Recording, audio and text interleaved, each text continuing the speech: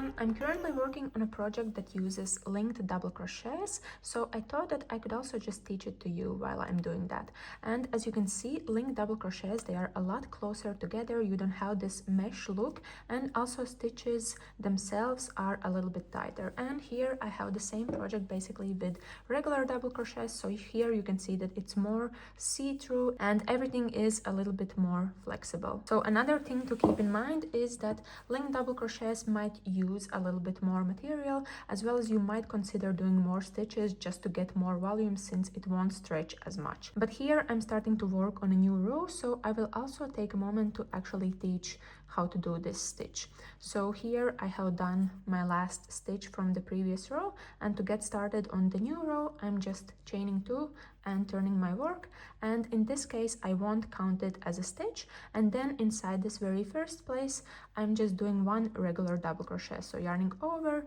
and then going through pairs of 2 like this. So this is 1 regular double crochet, and then in all of the following stitches we will be doing our linked double crochets. So for that you actually have to go through this front loop in the front of the stitch here like this, then you are grabbing yarn and pulling it through to have 2 loops on your hook, and basically this second loop counts kind of as a yarn over, and then after that you're going through the next stitch here where you actually want to place in your linked double crochet. So you're going through, then grabbing yarn and pulling it up to have 3 loops on your hook, and then from now on it's basically the same, so yarning over and pulling through the first 2 like this, yarning over again and pulling through the remaining 2 like that. So that's 1 linked double crochet. So let's do another one together. So here I'm going through this front loop that I have in front of the stitch, kind of like in the middle of it like that, then grabbing yarn and pulling it through to have 2 loops,